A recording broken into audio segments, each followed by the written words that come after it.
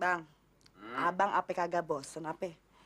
Dari abang perjaka, sampai abang kawin ame Aye, sampai kita punya anak dua tuh si Samson ame si Isro, masih aja gini hari jualan durian. Bang, lihat tuh, Bang Manap udah jadi bandar beras. Lu bisanya cuma ngomel doang. Gue juga pengen dagang yang lain. Kalau perlu dagang mobil, modalnya kan kagak. Aduh.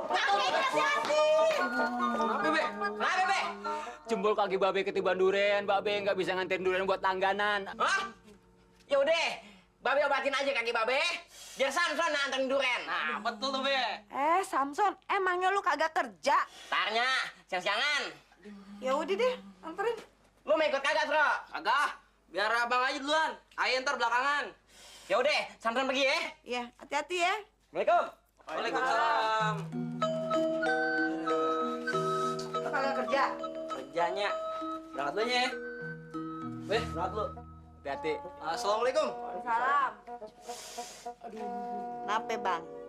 Mang kayaknya jadi orang jangan suka ngomel-ngomel sama si Isro. Baru dia masuk angin, abang udah ngomel-ngomel. Sekarang rasain tuh. Udah lu nggak sampai ngomelin. Gue batin kaki gue nih. Malas, gue di dapur masih banyak kerjaan. Bibi, kalau kita kena penyakit kagak mau obatin, coba bakal kurang duit. Bacotnya. Aduh.